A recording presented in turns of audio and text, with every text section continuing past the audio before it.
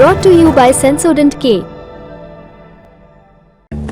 बस बैक नहीं आया। SLS पैराफिन और दूध का करंट भी कौन? तो लाइफ का करंट ऑन? कुछ भी। तो ट्राई करके देख ले। Sensodent K toothpaste for sensitive teeth। আমি আরও ঘোষণা করছি, হত্যাকাণ্ড সহ যে সকল অনভিপ্রেত ঘটনা ঘটেছে সুষ্ঠু ও ন্যায় বিচারের স্বার্থে সে সকল বিষয় বিচার বিভাগীয় তদন্ত করা হবে।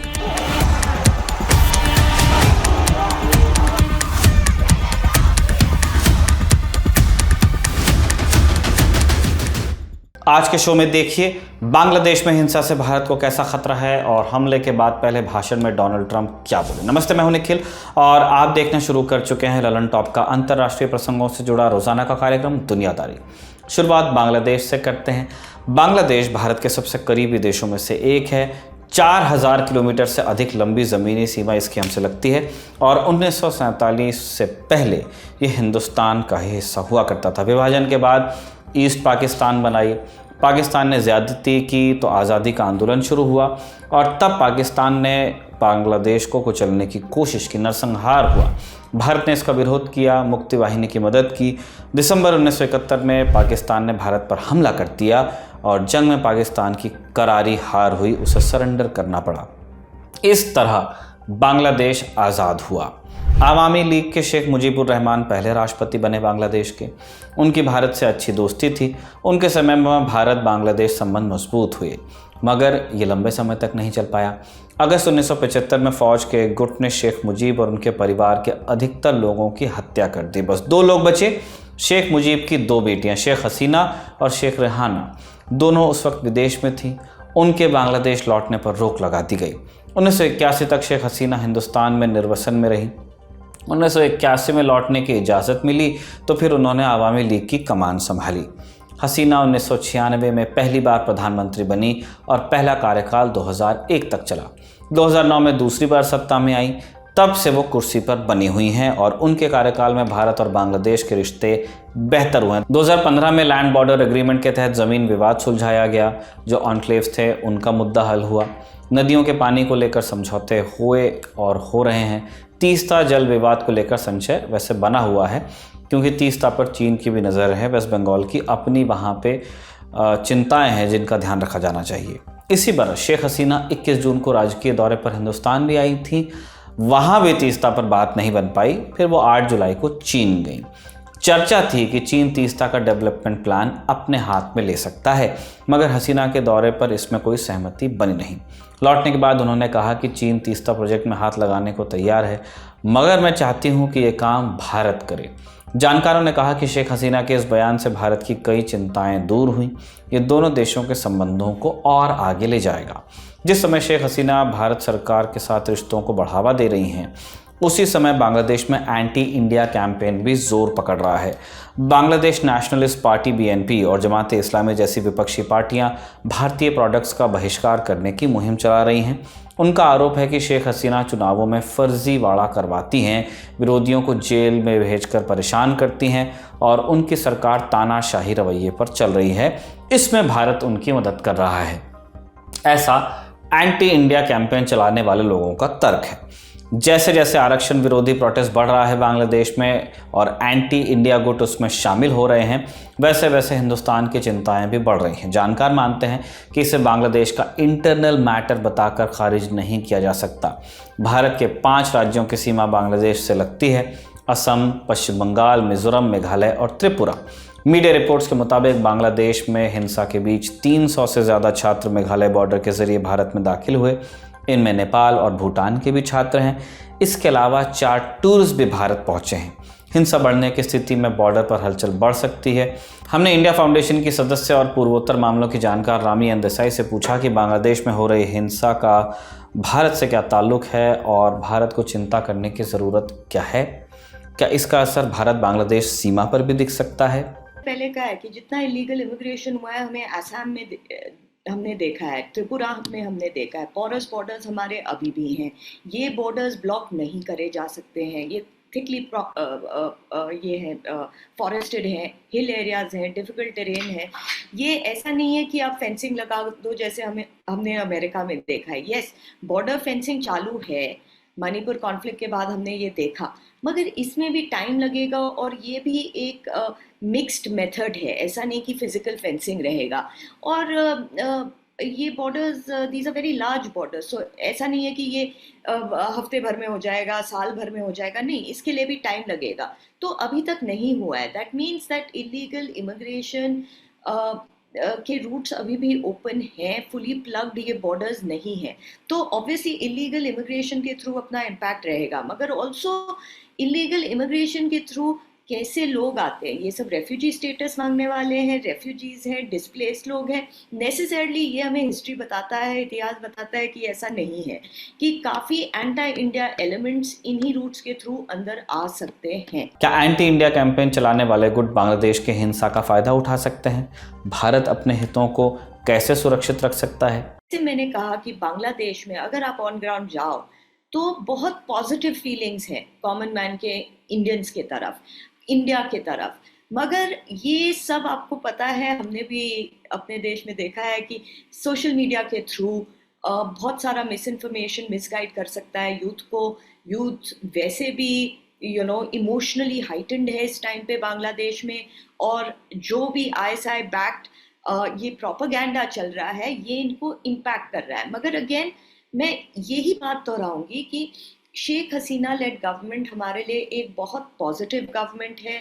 हमें बहुत उनने पहले भी एक सॉर्ट ऑफ हमारे चैनल्स ऑफ कम्युनिकेशन ओपन रखे हैं ताकि we can discuss with this government कि क्या प्रॉब्लम है, क्या प्रॉब्लम नहीं है। उन्होंने उसके ऊपर एक्शन लिया है, like handing over insurgent groups जो इंडिया के मोस्ट वांटेड लिस्ट पे थे। अगर ये गवर्नमेंट चले जाए इसी सेंटिमेंट पे कि जो हम देख रहे हैं अब उछाला जा रहा है एंटी इंडिया सेंटिमेंट, तो आपके लिए फ्यूचर पिक्चर बड़ा क्लियर है कि वो एंटी इंडिया सेंटिमेंट जो अगली गवर्नमेंट आएगी वो उसको मैनिपुलेट करने की कोशिश करेगी, और वो हमारे लिए एक बहुत ही बड़ा सिक्योरिटी इशू बन सकता है। क्योंकि अगर ISI इन्वॉल्व है, जो ये कोई नई बात नहीं है, जब ईस्ट पाकिस्तान था ISI वहाँ भी इन्वॉल्व थी। जो हम आजकल रोहिंग्यास के बारे में बात कर रहे हैं, हम बांग्लादेश की बात तो छोड़े, मगर अराकान मुस्लिम्स उस टाइम कहे जाते थे रोहिंग्यास को। ISI ने उनको पूरा ट्रेनिंग प्रोवाइड किया है in order to launch attacks in India. ये मैं आपको 1950s की बात बता रही हूँ, तो ये ऐसा नहीं है कि आउट ऑफ द ब्लू है, कोई नई बात है, नहीं, ये पहले भी हो चुका है। तो हमको बिल्कुल ऐसा नहीं लगना चाहिए कि ये अगेन हो नहीं सकता है। और हमने ऑलरेडी देखा है कि शेख हसीना के अगेंस्ट बहुत आउटसाइडर इन्फ्लुएंस हमने देखा है, trying to overturn her government. हमने देखा है कि काफ़ी जो लीन करते हैं मोर रेडिकल आइडियोलॉजी की तरफ, वो शेख हसीना गवर्नमेंट को नहीं चाहते हैं कि वो और एक्सटेंड हो। अब बांग्लादेश में मौजूद भारतीयों का हाल भी जान लेते हैं। विदेश मंत्रालय के मुताबिक इस वक्त बांग्लादेश में तकरीबन 8,500 भारतीय छात्र हैं, जबकि लगभग 15,000 आम लोग भी हैं। उन्हें घरों के अंदर रहने को कहा गया है। आपात स्थिति के लिए हेल्पलाइन नंबर जारी कर दिए गए हैं। मगर ये स्थिति आई क्यों? दरअसल बांग्लादेश पिछले कई दिनों से ठप पड़ा है, सड़कों पर हिंसा जारी है। अब तक 40 से ज़्यादा लोगों की मौत हो चुकी है। 18 जुलाई को हिंसा में ढाका टाइम्स के एक पत्रकार की जान चली गई। इसके अलावा हज़ारों लोग घायल बताए जा रहे हैं। इस हिंसा की शुरुआत 15 जुलाई को हुई, जब ढाका यूनिवर्सिटी में बांग्लादेश छात्र लीग BCL के कार्यकर्ताओं ने कोटा सिस्टम का विरोध कर रहे छात्रों पर हमला किया। BCL बांग्लादेश की सत्ताधारी पार्टी आवामी लीग का स्टूडेंट विंग है। आगे चलने से पहले कोटा सिस्टम को भी शॉर्ट में समझते हैं। वैसे हमने पहले दुनियादारी में बताया है, बांग्लादेश में सरकारी नौकरियां जो हैं उनमें 56% सीटें होती हैं आरक्षित। अलग अलग वर्ग के लोगों के लिए आरक्षण मिलता है। किसे कितना? सबसे ज़्यादा 30% सीटें 1971 के युद्ध में शामिल लोगों के बच्चों के लिए आरक्षित हैं। वॉर वेटरन्स के बाद महिलाओं और अल्प विकसित क्षेत्रों से आने वाले लोगों का नंबर आता है। दोनों के लिए 10% रिजर्वेशन। तीसरे नंबर पर मूल निवासी आते हैं, उनके लिए 5% सीटें आरक्षित हैं। 1% सीटें विकलांग लोगों के लिए आरक्षित हैं। इस तरह टोटल आंकड़ा हो गया 56%, यानी सरकारी नौकरियों की 100 में से 56 सीटें पहले से रिजर्व्ड हैं। जनरल कैंडिडेट्स के लिए हैं 44% सीट्स। 2018 में भी इसके खिलाफ प्रोटेस्ट हुआ। तब सरकार ने कोटा सिस्टम को अस्थायी तौर पर हटाया, मगर जून 2024 में सुप्रीम कोर्ट ने सरकार के फैसले को पलटा और इसी के खिलाफ प्रोटेस्ट शुरू हुआ। प्रदर्शनकारी कानून लाकर कोटा सिस्टम हटाने की मांग कर रहे हैं। 15 जुलाई को यह प्रोटेस्ट हिंसक हुआ। ढाका यूनिवर्सिटी में मारपीट के बाद दूसरे कॉलेजेस में हिंसा फैली। धीरे धीरे पूरा बांग्लादेश इसकी चपेट में आया और फिर विपक्षी पार्टियां भी छात्रों के प्रदर्शन में शामिल हो गई। जब पुलिस कम पड़ी तो सरकार ने फौज को बुलाया, मगर हिंसा कम नहीं हुई। 17 जुलाई को प्रधानमंत्री शेख हसीना ने देश को संबोधित किया, चेतावनी दी कि हिंसा में शामिल लोगों को बख्शा नहीं जाएगा। 18 जुलाई को कानून मंत्री ने कहा कि हम प्रदर्शनकारी छात्रों से बात करने को तैयार हैं, लेकिन अपील का कोई असर नहीं हुआ। प्रदर्शनकारियों ने सरकारी चैनल BTV के दफ्तर में भी तोड़फोड़ की है, फिर वहां आग लगा दी। 18 जुलाई की शाम से बांग्लादेश में इंटरनेट और मोबाइल नेटवर्क बंद चल रहा है। बांग्लादेशी वेबसाइट्स डाउन हैं। इसके चलते बांग्लादेश में फंसे भारतीयों की अपने घर वालों से बात नहीं हो पा रही। लोग व्हाट्सएप कॉल करते हैं। कुछ घर वालों ने ललन टॉप को बताया कि नेटवर्क डाउन होने के बाद से बच्चों का हाल नहीं पता। इससे उनकी चिंता बढ़ रही है। इस बारे में हमने अपने सवाल भारत के विदेश मंत्रालय और भारत में बांग्लादेश के उच्चायोग को भेजे हैं। वीडियो रिकॉर्ड होने तक अभी जवाब आया नहीं है। जवाब आएगा तो आपको बताया जाएगा। हालांकि 19 जुलाई को विदेश मंत्रालय की प्रेस कॉन्फ्रेंस में बांग्लादेश का मुद्दा उठा जरूर। विदेश मंत्रालय के प्रवक्ता रणधीर जायसवाल ने कहा कि सभी भारतीय सुरक्षित हैं, हम उनके साथ संपर्क में हैं, जो भी ज़रूरत होगी वो हम मुहैया करा देंगे। विदेश मंत्री डॉक्टर एस जयशंकर खुद निगरानी कर रहे हैं, ऐसा भी बताया गया। आप सुन लीजिए। We have around 8,500 students and somewhere around 15,000 Indian nationals resident in the country. We have issued a travel advisory for people to be in touch with the High Commission and for us to render any assistance that they may need. External Affairs Minister is himself monitoring the situation. The High Commission will be giving regular updates on the situation there. We will also be giving regular updates, and we urge all family members of Indian nationals who reside in Bangladesh to be in touch, follow us for regular updates. We remain committed to provide all possible assistance to our nationals. We see this as an internal matter of Bangladesh. All our Indian nationals are safe there, and we have a large student community, as I told you, 8,500 students or thereabout. Many of them pursue medical education also in that country. So they are all safe and sound, and we are in touch. They are in touch with our High Commission, with our Assistant High Commission as well. विदेश मंत्रालय ने press conference में ये भी कहा कि ये protest Bangladesh का इंटरनल मैटर है, मगर सूत्रों का कहना है कि भारत सरकार बहुत ध्यान से घटनाओं को देख रही है और बांग्लादेश सरकार के साथ संपर्क में भी है ताकि इसे बेकाबू होने से रोका जा सके। बांग्लादेश में राजनीतिक हिंसा और तख्तापलट का बड़ा लंबा इतिहास है, जिसके बारे में हम बताते रहे हैं आपको। 1970 और 80 के दशक में सरकारें कपड़ों की तरह बदली हैं बांग्लादेश ने। 1990 का दशक थोड़ा शांतिपूर्ण रहा। अगला संकट 2006 में आया। 2 बरसों तक इमरजेंसी रही और केयर टेकर सरकार ने मुल्क चलाया। फिर शेख हसीना चुनाव जीतकर 2009 में प्रधानमंत्री बनी। तब से हालात शांतिपूर्ण है। हालांकि जमात इस्लामी JI जैसे गुटों का दखल बना रहा है और इसे प्रो पाकिस्तान गुट माना जाता है। उसने बांग्लादेश की आज़ादी का विरोध किया था। उसके कई नेताओं पर युद्ध अपराध के इल्ज़ाम भी थे। कईयों को मौत की सज़ा भी हुई। हालांकि पार्टी बनी रही और उसका चाल चरित्र भी जैसा था मोर और लेस वैसा ही है। हिंसा और कट्टर इस्लामी सोच उसकी जड़ में थी, आज भी है। आखिरकार 2013 में बांग्लादेश की एक अदालत ने जमात इस्लामी को अवैध घोषित किया। नेशनल इलेक्शन से लड़ने से रोका भी।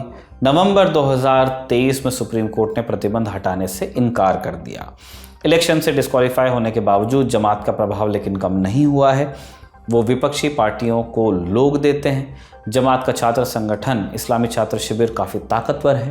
हाल के प्रोटेस्ट में वे भी शामिल हो गए हैं। आरोप है कि उन्होंने छात्रों के आंदोलन को हाईजैक कर लिया है और वो शांतिपूर्ण प्रोटेस्ट को हिंसा की तरफ ले गए हैं। इसलिए बातचीत की पहल और अदालत में सुनवाई का भरोसा देने के बावजूद हिंसा नहीं थम रही है। हमने एक्सपर्ट्स से पूछा कि आरक्षण विरोधी प्रोटेस्ट में जमात की मौजूदगी को कैसे देखा जाना चाहिए। देखिए, ये एक भयंकर स्थिति हो गया। ये जो मूवमेंट है, इसका 2 मुद्दा है, 2 बिंदु है।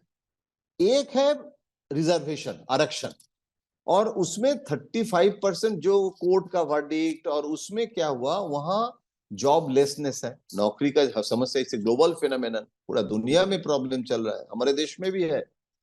तो IIT से पास करके इंजीनियर को भी ठीक से नौकरी नहीं मिलता है। इंडिया टुडे का कवर स्टोरी पे पढ़ रहा था।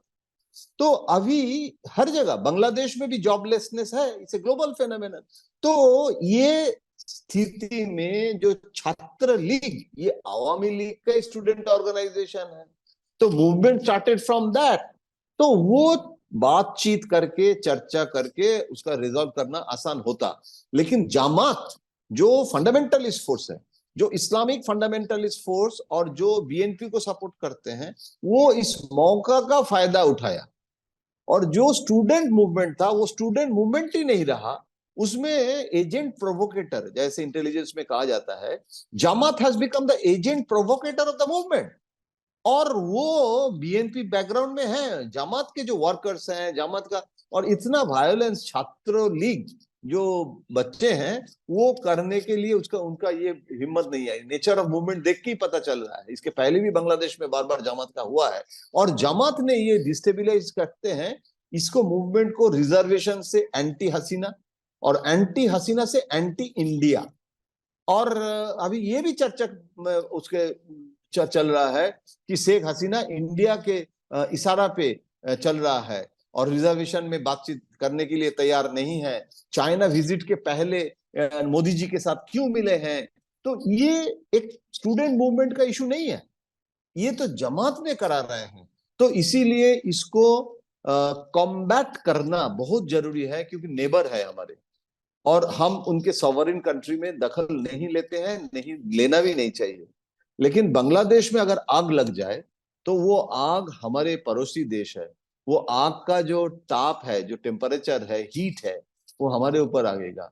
तो इसीलिए हम भी चाहते हैं, मतलब all well wishers of Bangladesh, friends of Bangladesh चाहते हैं जितना जल्दी ये इसको रिजॉल्व किया जाए। बांग्लादेश में चल रही हिंसा का भविष्य क्या दिखता है? शेख हसीना के लिए किस तरह की चुनौतियां आने वाली हैं? अब ये समझिए। देखिए, शेख हसीना अभी लीडरशिप जो है, because her age is, everybody knows, health issues, और अभी who will be the successor. तो ये जो एक वीक गवर्नमेंट जनवरी महीने में जीत के शेख हसीना आई है, और ये न्यू इनिंग्स, जैसे मोदी जी का हैट्रिक और न्यू इनिंग्स, और शेख हसीना शुरू किए, 3 बार भारत में आ गए। एक बार तो मोदी जी का वोट टेकिंग में आ गए, उसके पहले G20 में आए थे, स्पेशल इनवाइटी, अभी चाइना जाने के पहले बायलैटरल किए हैं। तो शेख हसीना चाहते हैं कि इंडिया के साथ बायलैटरल रिलेशनशिप, टेररिज्म के इशू में भी बहुत पॉजिटिव रोल लिए हैं, रिपोर्ट करते हैं। लेकिन अभी जैसे तीस्ता ना होने का जो समस्या, उसको भी जमात और बीएनपी, शेख हसीना और एंटी इंडिया ये करके एक डिस्टेबिलाइज कर रहे हैं बांग्लादेश, और ये future of Hasina will be at stake. अगर इसको ठीक से रिजॉल्व नहीं किया जाए तो एक मेजर, क्योंकि आवामी लीग में भी लीडरशिप क्राइसिस है।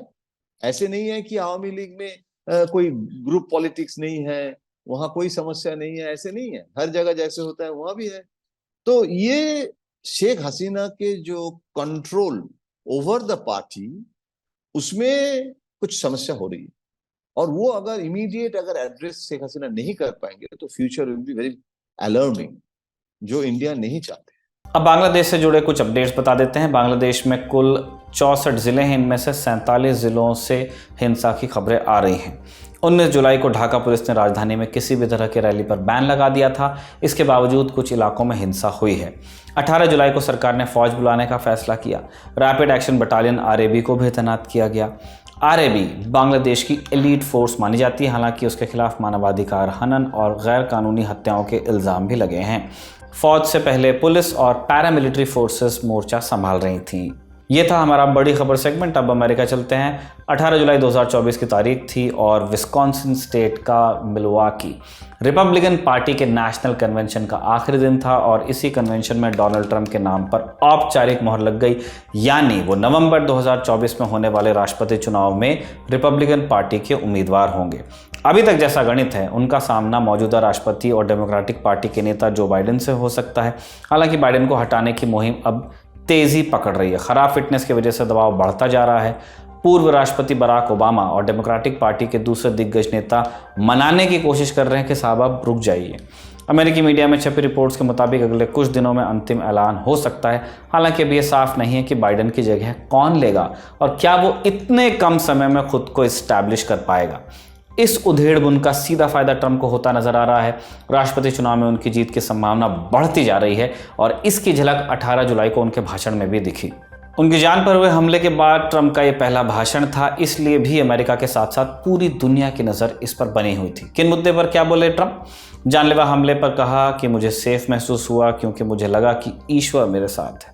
I said to myself, wow, what was that? It can only be a bullet. And moved my right hand to my ear, brought it down. My hand was covered with blood, just absolutely blood all over the place. I immediately knew it was very serious, that we were under attack, and in one movement proceeded to drop to the ground. Bullets were continuing to fly as very brave Secret Service agents rushed to the stage, and they really did. They rushed to the stage.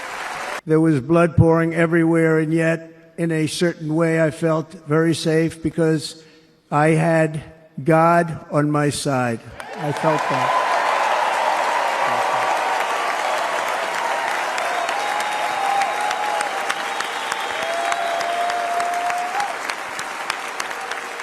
विरोधियों पर Trump ने कहा कि हमारे यहाँ राजनीतिक असहमति को अपराध की तरह देखा जा रहा है, ये नहीं होना चाहिए। In an age when our politics too often divide us, now is the time to remember that we are all fellow citizens. We are one nation under God, indivisible, with liberty and justice for all.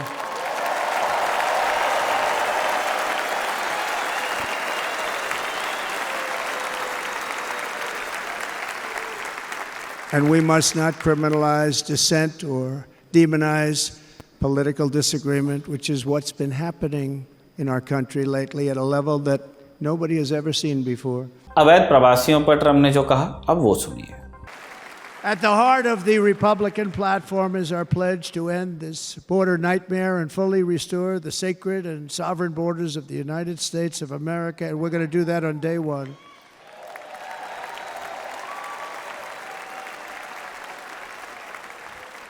That means two things on day one, right? Drill, baby, drill, and close our borders. North Korea के supreme leader Kim Jong Un पर Trump ने कहा कि मैंने उनके साथ दोस्ती कर ली थी, वो मुझसे फिर से मिलना चाहते हैं। अगर सच कहूँ तो वो मुझे मिस कर रहे होंगे। आप सुनिए। I got along very well, North Korea, Kim Jong-un, I got along very well with him. The press hated when I said that. How could you get along with him? Well, you know, it's nice to get along with somebody who has a lot of nuclear weapons or otherwise, isn't it? See, in the old days, they'd say, that's a wonderful thing. Now they say, how could you possibly do that?